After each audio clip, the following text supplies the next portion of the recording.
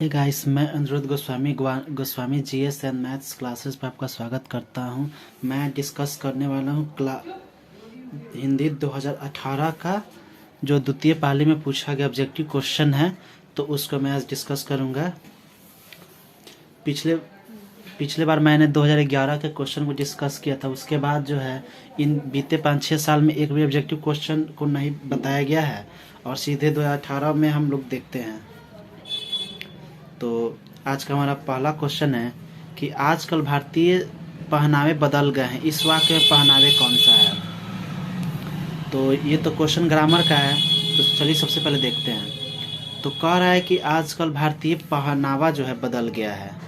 तो इसका कहने का मतलब है कि ऑप्शन दिया हुआ है जातिवाचक, व्यक्तिवाचक, भाववाचक संज्ञा और समूहवाचक संज्ञा। तो जातिवाचक में क्या होता है कि जिससे जाति भर का बोध होता है, यानी कोई भी जाति से रिलेट करता हो। तो जातिवाचक इसमें तो कहीं दिख नहीं रहा है। आजकल भारतीय पहनावे की बात हो रही है, तो पहनावे जातिवाचक में नहीं होगा। ना ही ये व्यक्तिवाचक होता है, क्योंकि व्यक्तिवाचक का डिफिनेशन ही होता है किसी व्यक्ति, वस्तु, स्थान के नाम को हम व्यक्तिवाचक कहते हैं, या किसी भी नाम को हम किसी पर्टिकुलर जिसका नाम हो जाता है। जैसे कि कोई भी स्थान का मतलब हो गया, जैसे कि हम जहाँ रहते हैं, जैसे कि मोतिहारी हो गया, पटना हो गया, दिल्ली हो गया, या इस किसी को हम नॉमिनेट कर देते हैं तो वो व्यक्तिवाचक के अंतर्गत आ जाएगा। समूहवाचक संज्ञा का मतलब होता है जिससे कि समूह या झुंड वर्ग का बोध होता है, उससे हम समूह। ऐसे तो यहाँ पर किसी केला क्या है, समूह में आता है। और क्या बोलते हैं, अंगूर का गुच्छा, ये सब में तो ऐसे नहीं आ रहा है।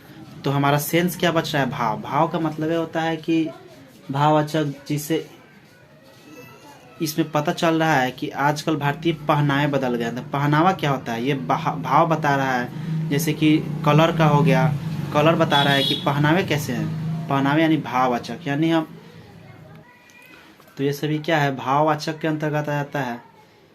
तो चलिए दूसरा क्वेश्चन को देखते हैं। क्वेश्चन नंबर 2 का, ये तो तीनों होगा नहीं, जैसे मैंने बता दिया। तो बच क्या गया, चौथा। तो चौथा भाववाचक आ गया। आप लोगों ने भाववाचक का डिफिनेशन जानते ही होंगे। क्वेश्चन नंबर 2 कह रहा है कि मैं आप चला जाऊंगा में कौन सा सर्वनाम है। तो इसमें मैं आप चला जाऊंगा यानी मैं स्वयं चला जाऊंगा। तो इसमें क्या है, निज वाचक सर्वनाम का डिफिनेशन होता है जिससे स्वयं या अपने आप का बोध होता है। तो इसमें क्वेश्चन ही कह रहा है कि मैं स्वयं चला जाऊंगा, यानी क्या, मैं आप ही चला जाऊंगा। तो इसमें क्या है, निज का बोध हो रहा है। तो संबंधवाचक में तो ये होगा ही नहीं। संबंध का मतलब काकी के इस टाइप का रिलेशन आता है, जैसे राम का भाई सोहन है, तो इसमें का आ रहा है, तो ये तो होगा ही नहीं। पुरुषवाचक सर्वनाम, जिसमें पुरुष प्रथम पुरुष, द्वितीय, मध्यम पुरुष, इस टाइप का है, तो इस टाइप में भी तो नहीं है। निश्चयवाचक, जैसे किसी निश्चित संख्या वस्तु का बोध होता है, उसे निश्चयवाचक कहते हैं, इसमें भी ये नहीं आ रहा है। तो यह हमारा आंसर भी नहीं होगा। मैं आप चला जाऊंगा यानी मैं स्वयं चला जाऊंगा, ये क्या है, एक सर्वनाम का ही एक पार्ट है। यानी सर्वनाम कितने यहाँ पर दिए हुए हैं, सर्वनाम के यहाँ टोटल 4 पार्ट दिए हुए हैं, जिसमें से ये तीनों नहीं होगा। तो ये क्या होगा, ये होगा। कह रहा है प्रविशेषण शब्द किसकी विशेषता को बतलाता है। तो प्रविशेषण शब्द विशेषण की विशेषता को बतलाता है, और क्रिया की विशेषता को बताने वाले को क्रिया विशेषण कहते हैं। यानी ये हो जाएगा क्रिया विशेषण। जो सब संज्ञा सर्वनाम की विशेषता को बताता है उसे विशेषण कहते हैं। अब प्रविशेषण जिसकी विशेषता बताता है उसे विशेषण कहते हैं। मीरा को जिंदगी से बहुत घृणा, इस वाक्य में से क्या है। से कारक का एक पाठ हुआ है। से का मतलब होता है कि मैं कलम से लिखता हूँ, यानी मैं, यहाँ क्या है, यहाँ पर कहने का मतलब है कि मैं कलम से लिखता हूँ, यानी मैं कलम को पकड़ के लिखता हूँ, कलम मेरे हाथ से जुड़ा हुआ है।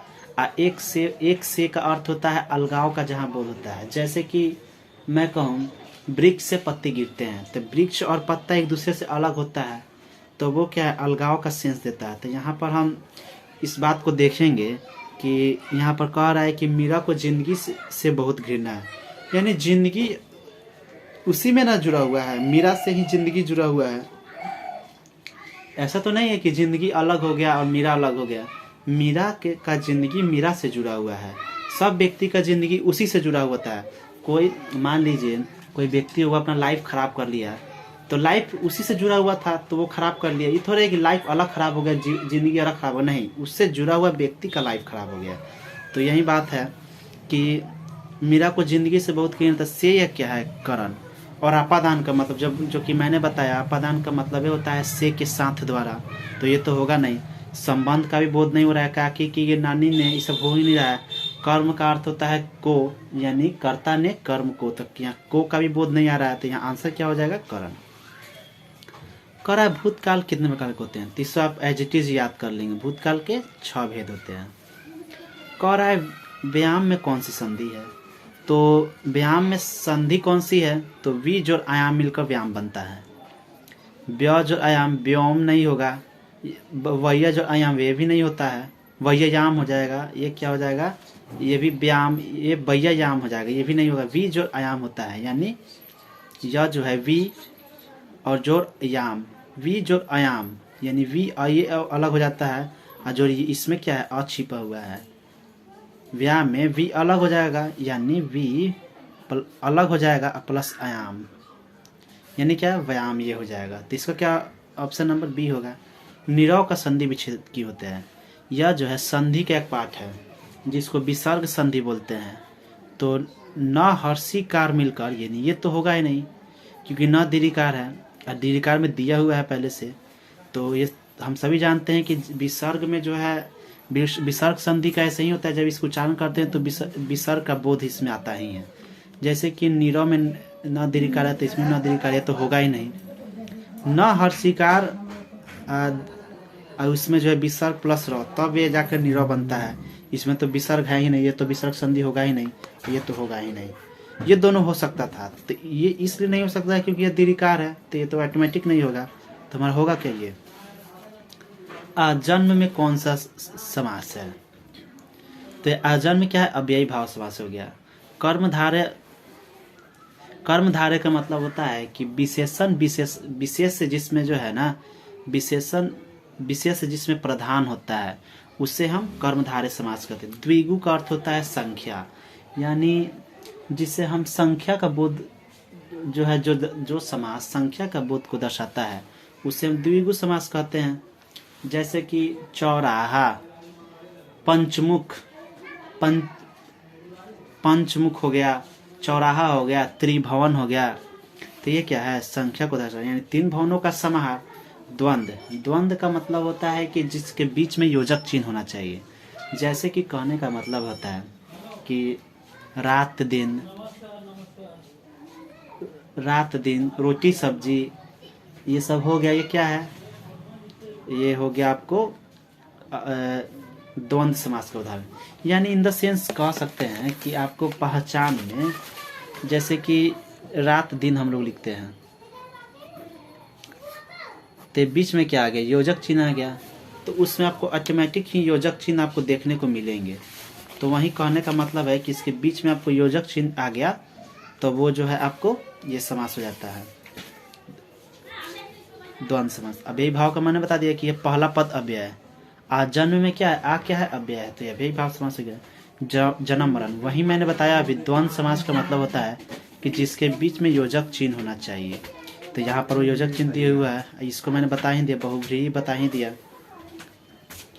निस्तेज में कौन सा समास है? निस्तेज, नि जो तेज, यानी विसर्ग का ये हो जाता है आधा स, तो निस जोड़ तेज होता है।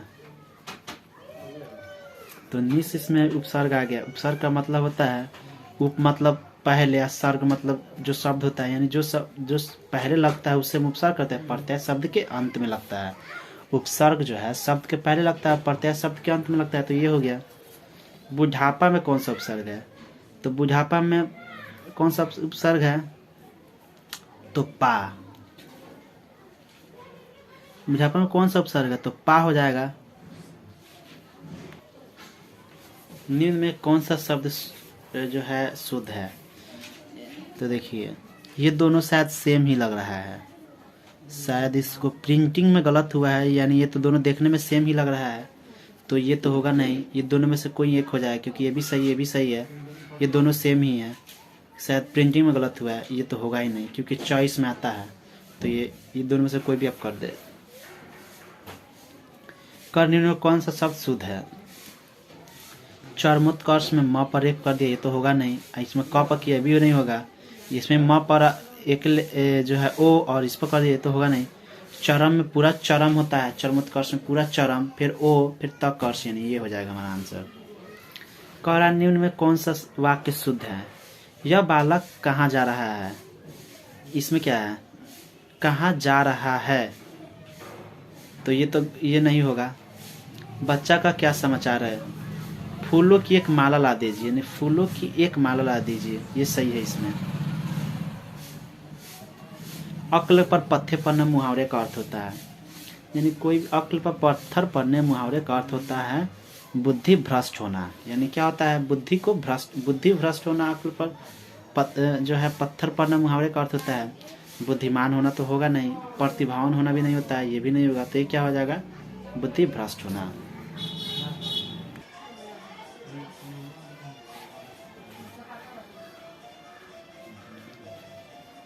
आधुनिक जो है सभ्य समाज किस आवश्यक मानता है? तो कार्य कुशलता के लिए। श्रम विभाजन और जाति प्रथा पाठ बाबा साहब के किस भाषण से संबंधित है? तो एनहिलेशन ऑफ कास्ट से लिया गया है। ऐसे ही लड़के आगे चलकर चोर, गुंडे और डाकू बनते हैं। यह पंक्ति कहाँ से ली गया है? किसने कहा है? तो यह सेन साहब ने कहा है। किसके संबंध में कहा है? तो मदन के संबंध में कहा है। और किस चैप्टर से है? तो विष के दांत चैप्टर से है। और विष के दांत चैप्टर के लेखक कौन है? तो नलिन बिलोचन शर्मा इसके लेखक हैं। कह रहा है कि किसके धर्म के क्षेत्र में भारत के कारण नव जीवन का संचार हो चुका है? तो नीति कथा के क्षेत्र में। सहजात वृत्तियाँ किसे कहते हैं? तो अनजानी स्मृतियाँ जो होती है उसको हम सहजात वृत्तियाँ कहते हैं। नागरी लिपि के आरंभिक लेख कहाँ से मिले हैं? तो दक्षिण भारत में। क्वेश्चन नंबर 22 है कि वेतमा दान पत्र किस समय का है? तो 1020 ईस्वी का है। बहादुर लेखक के घर से अचानक क्यों चला गया? तो स्वयं के प्रति लेखक तथा उसके घर वालों के व्यवहार में आए हुए परिवर्तन के लिए। साहित्य की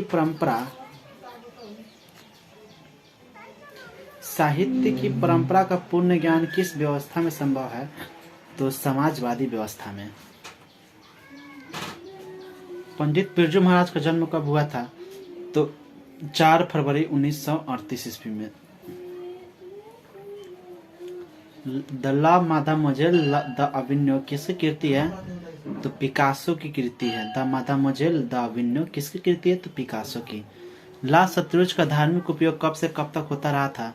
तो 14वीं सदी में से फ्रेंच की क्रांति तक, यानी 14वीं सदी से लेकर 1789 के फ्रेंच क्रांति तक। मछली कहानी किस वर्ग का चित्रण करती है? तो मछली कहानी जो है निम्न मध्यम वर्गीय कहानी है, उसका चित्रण करती है। बिस्मिल्लाह खां के साथ किस मुस्लिम पर्व का नाम जुड़ा हुआ है? तो मुहर्रम का। महात्मा गांधी के अनुसार उदात्त वजह शिक्षा किसे मानते हैं? तो महात्मा गांधी उदात्त वजह शिक्षा अहिंसक प्रतिरोध को मानते हैं। वाणी कब विष के समान हो जाती है? तो राम नाम के बिना। रस खान के रचना काल के समय किसका राज्यकाल था? तो जहांगीर का, क्योंकि ये 1600 ईस्वी के बाद की घटना है। तो रस खान का जन्म उसी समय हुआ था। तो ये जहांगीर के समय उस समय शासन काल था, यानी उस समय मुगल वंश भारत पर राज्य करता था। कवि ने पर्जन्य किसे कहा है? तो कवि ने पर्जन्य बादल को कहा है। प्रेम घन अपना आदर्श किसे मानते हैं? तो भारतेंदु हरिश्चंद्र को मानते हैं। भारत माँ के श्रेष्ठ मुख की तुलना कवि ने किससे की है? तो छायायुक्त चांद से। मिट्टी की अबोध मूर्त कौन है? तो जनता है। हिरोशिमा कविता किसका चित्रण करता है? तो प्राचीन सभ्यता के आधुनिक सभ्यता के दुर्दांत मानवीय विभीषिका का, यानी ऑप्शन नंबर डी जो है इसका आंसर है। एक वृक्ष की हत्या कविता किस काव्य संग्रह से लिया है? तो इन दिनों से लिया गया है। गरीब बस्तियों में क्या हुआ? तो धमाके से देवी जागरण हुआ। सृष्टि के विकास कथा का प्रथमाक्षर कौन है? तो विफलता पर छल के आंसू इसके प्रथमाक्षर है। लौट कर आऊंगा फिर कविता किस कवि द्वारा भावांतरित की गई है? तो प्रयाग शुक्ल द्वारा। मेरे बिना तुम प्रभु किस भाषा से अनुवादित है? तो जर्मन, जिसके लेखक रेनर मारिया रिल्के हैं। दही वाली मंगम्मा कहानी के लेखक कौन है? तो श्रीनिवास। मंगम्मा की बहू का क्या नाम है? तो नजम्मा। ढहते विश्वास कहानी किस कविता द्वारा अनुवादित है? तो राजेंद्र प्रसाद मिश्र द्वारा इसे अनुदित किया गया है। माँ कहानी किस लेखक के द्वारा लिखी गई? तो ईश्वर पेटिलकर द्वारा। मंगू की माँ की कितनी संतानें हैं? तो 4। नगर कहानी किस भाषा में अनुदित है? तो नगर कहानी जो है वो किस भाषा में अनुदित है?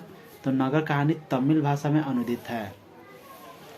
पपाती की उम्र क्या थी? तो 12 वर्ष थी। धरती कब तक घूमेगी कहानी किस लेखक द्वारा अनुदित है? तो सावर दहिया द्वारा।